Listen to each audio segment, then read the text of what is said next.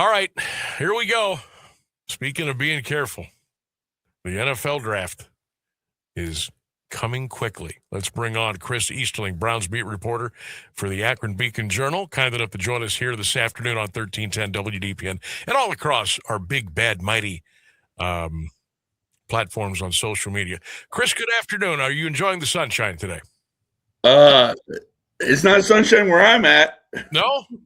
You must be in Northeast Ohio. I have returned to Northeast Ohio. Yes, I got back. I landed in the midst of a rainstorm last night. So, you got in. What time did you get in last night? We landed about 10:15. I was supposed to get in this morning.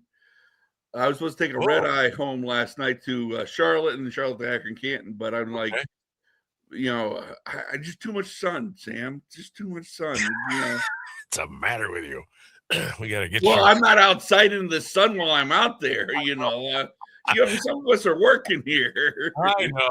That's the one thing that when I would go cover the Indians and Guardians, even going back to the days when they were in Florida, and then they went out to Arizona, spent most of our time indoors, which, you're there to watch / cover baseball and get photos and stories.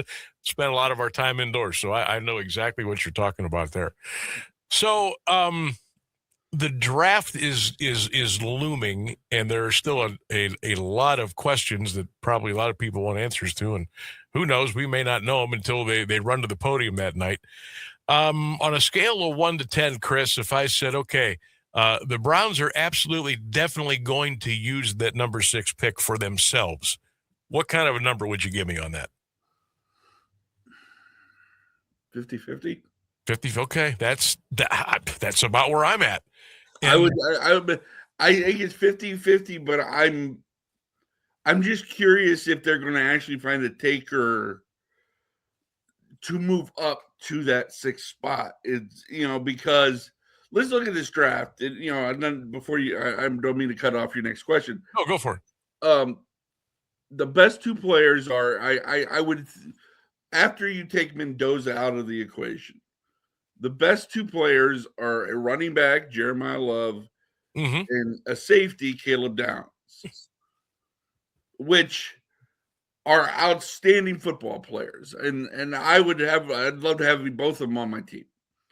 But the NFL doesn't value those positions the way that they value others, like quarterback or left tackle or star edge rusher or something like that. So, I mean, how much are you willing to give up to climb up to get, say, a Jeremiah Love is still there at 6 or Caleb Downs is still there at 6? That's the question, because otherwise I think a lot of teams are just going to sort of hold their powder and wait. And, because remember, they saw what the Browns did last year with Jacksonville, getting that next year's first round pick. And I'm just curious as to when people look at the 27 draft. Now, we did this with the 26 quarterback class before it all fell apart. And they all went out and played games and played hurt and whatever, and looked like they, and it's turned out this way, is, they look at a bunch of quarterbacks that are going to be in next year's draft class. And a lot of teams are like, we're not missing out just in case we're in that position. And I think that's going to factor into the ability to trade back for Cleveland. I'm kind of actually glad you kind of went that way with the answer, because immediately something just popped into my head and I want to get your take on it. I think, and I could be wrong here, but I think that the running back is starting to make a little comeback in the National Football League as far as need and want and production. Would you say yay or nay on that? Well, I think we talk about football evolving. I think football evolves in a cyclical, you know what word I'm talking about. Circle. Word, I don't know. Circular, cycler.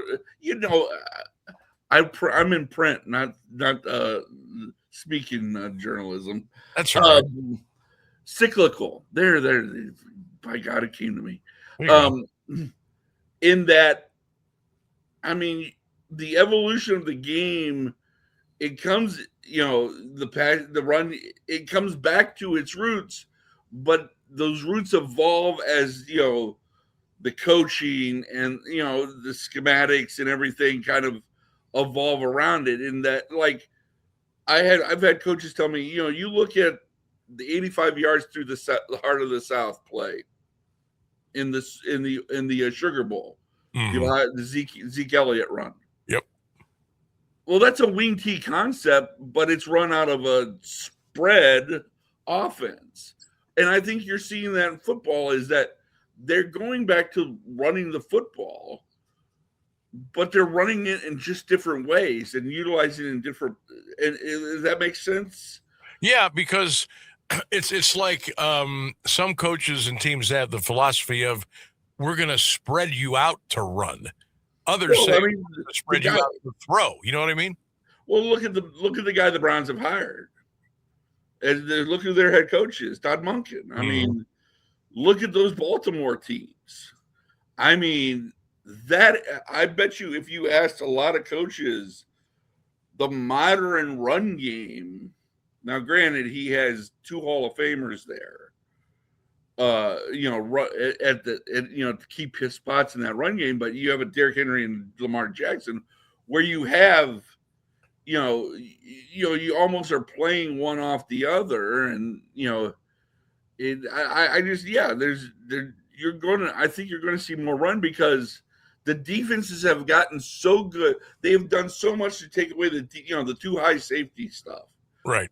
They've done so much to take away the deep passing game that, well, the natural response is, well, you're giving me a light box, I'm gonna run through it. So yeah, I mean, it all goes in circles, and there'll be an adjustment to that adjustment, and positions will ebb and flow in terms of their quote unquote importance. But yeah, I mean, I think you're exactly right. Yeah, I just kind of think that, we talk about the cyclical thing, and, it used to be old Woody Hayes, 3 yards in a cloud of dust. And then we had guys start to open it up, and then it kind of stayed that way for quite a while, get you in space. If you didn't have the big hogs up front, the leverage and move people, you had to get people in space, and that's how you're going to beat them. And now, it's funny you mention that, because, you're a little older than me, not much, but just a touch older than me. But I'm a child. I was going to school in the SEC in the height of the Steve Spurrier. Yeah, when Spurrier was transforming the league, the fun and gun. Yep. You know what the fun and gun is right now? If you watch the fun and gun right now, it's a mid 2000s NFL offense. Yep. You're right. He had Freddie Taylor as his running back. Mm-hmm. He had Eric Rett. He ran the football. He despised the shotgun. He did. It was about play action. It was, and it's like, so it's just funny how, what's innovative at one point, now we look back and go, no, he's just a little bit, he just got started a little bit before somebody else did. Yeah, and it all comes around, because what is the NFL? A copycat league. It's copycat. It's a copycat sport. Yeah, right. Now, some teams catch on quicker than others, but still, it's kind of a copycat league. Chris Easterling is our guest, outstanding Browns beat reporter for the Akron Beacon Journal. Check him out on all of your favorite social media platforms. Chris, so in your opinion, who is the absolute best offensive lineman in this draft? Is it Monroe Freeling? Is anybody gaining ground on him, or is it somebody totally different we haven't talked about? Well, I mean, it sort of varies.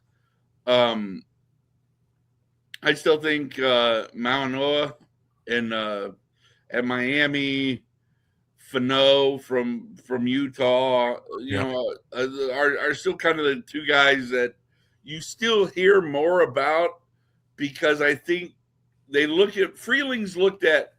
I think they look at it. Maybe let's look at it this way: the upside, the ceiling for Monroe Freeling is incredible football player, 10-year left tackle, franchise left tackle. The guy, you just plug him and, I don't want to say Joe Thomas, but that kind of player. You put him in left tackle and let him go.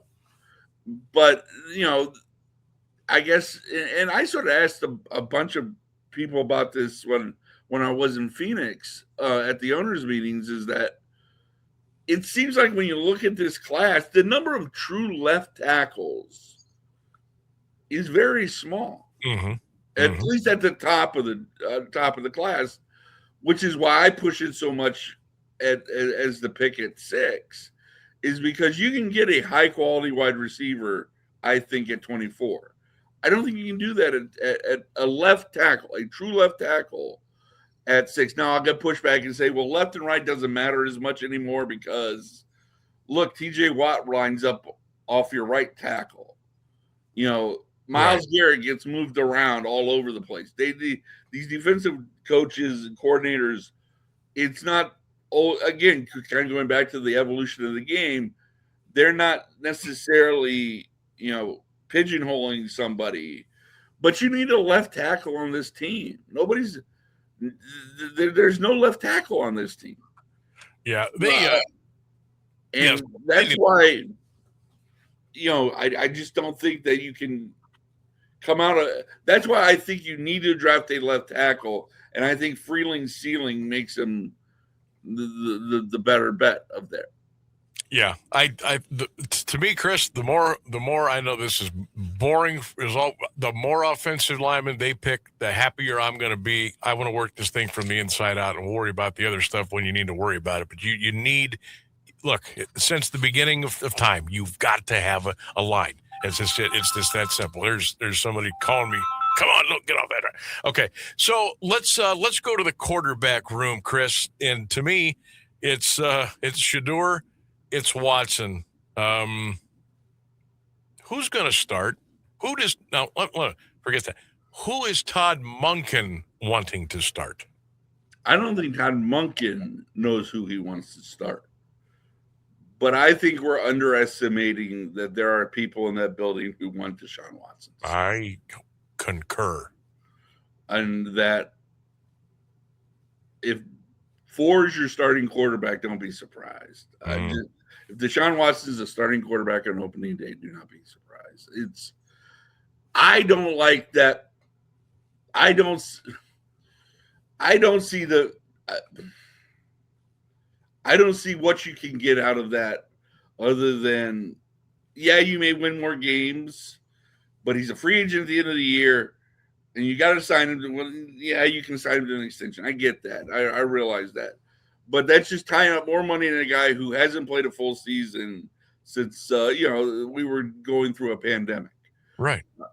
So you need to find the answer with standards. And I asked Barry directly about long-term, short-term versus long-term, and how that factors in the decision. And he pushed back and he said it's got to be performance-based. We can sign again. We can assign an extension to a player who's a free agent. The problem is you've got, again, going back to the 27 draft, you have this crop of quarterbacks coming out that, with CJ Carr and Dante Moore and Arch maybe, and Lenora Sellers, and go on. Julian Sayin. You've got to know what direction you're going to go. And let's say Deshaun wins 7 games. He goes out and plays well enough, coupled with the defense, you win 7 games, maybe 8 even. Wow, you just, you take advantage of the schedule, whatever. Okay. He's going to command starter money. He's going to rightfully demand a big contract. You've already tied up hundreds of millions of dollars into him for up to this point, 19 starts. And you're going to pass on the opportunity to look, we can find out what this guy is we have on a rookie contract. And if we don't, we know we can pivot and we can go throw a line in the water and get one of these quarterbacks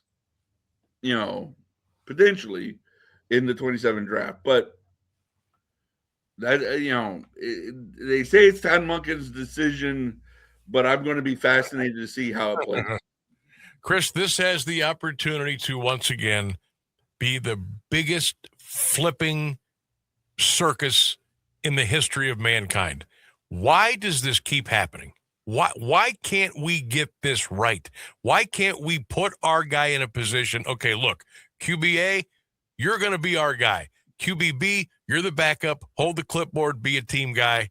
And that's just the way it's going to go. Why does this keep happening over and over and over? Chris, I would also ask you this.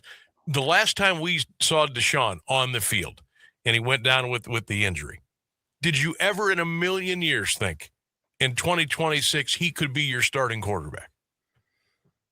I don't think I wanted to. I don't think I wanted to entertain the thought that he'd be their starting quarterback in 2026, but it was there. I mean, you couldn't, as long as he was on the roster, he was an option. Like, I thought he might play last year, to be perfectly honest. But they would, for whatever reason, didn't activate him and create that sort of that sort of storm. So I don't see the long-term upside, and I realize it's a year-to-year business, but at the same time, you got to, like you say, you got to figure this out. You got to figure this out. Yeah, and that's not figuring it out. Chris Easterling is our guest. The Akron Beacon Journal does a great job covering the Cleveland Browns. Let's go to the big new shiny dome that is going to go up here. I know they had a little shovel in the dirt deal. They're going to do another one here coming up on April the 30th, a little soft opening, if you will. I read your article a couple of days ago about it.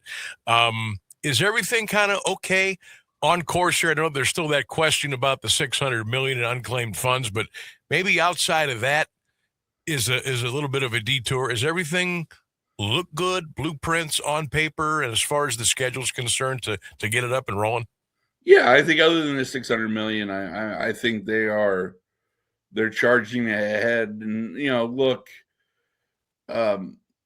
there's some things they got to get finalized on paper with Brook Park that I'm sure we'll get knocked out. It's getting done. I mean, it's just a matter of how many more legal hurdles, how many more challenges, because the thing about the $600 million is it wasn't like that $600 million was just going to disappear. They said that it was the payback was going to be on escrow off of interest or whatever, I forget, but it was like basically the dollar for dollar was going to get replaced as through revenue of the generated or whatever. But it was a loan, or more specifically, it was a loan, not just money getting taken from the coffers. But whatever. Other than that, no. I mean, they're going forward, head down, dang the torpedoes, and let's build this thing. And look, wherever you stand on it, I mean, now that it's being done and the city of Cleveland is signed off on, I mean, it is right across the street from the airport. I mean, I drove right past it last night. Right. I mean, couldn't even tell it wasn't in Cleveland. And if it gets done and you get these big events, it's going to be good for the region. I don't understand the cut off your nose to spite your face sort of mindset of, well, I hope this all fails because I don't like the people writing the checks for it, or most of the checks for it. Well, I mean, I don't care who's writing the checks for it. If it helps the region, and I kind of like to see it. I kind of like to be able to get in my car and drive up to see the Final Four right up the road, or go to maybe who knows what. Yeah. Oh, there's a know, million things they could do in there. Look, I I wasn't for well, I'm Chris, I'm just an old guy. I don't like indoor football. That's just me. But once I get past that, I'm okay with it. If it's going to bring money in, it's going to bring excitement. It's going to bring more cameras and revenue and juice and exposure to Northeast Ohio. I'm all for that. I just, I just want to. I'm so curious now. But now it's like, okay, the initial shovel, and now we're going to have to wait, another 3 years or so. But I'm just curious to see how it all plays out, how the final coat of paint, what it's all going to look like when they do the grand opening and the tours and everything. I'm excited about that as a fan. I'm excited about that. So I just that's no, kind of I mean, I am too to see it because, I mean, look, they rushed.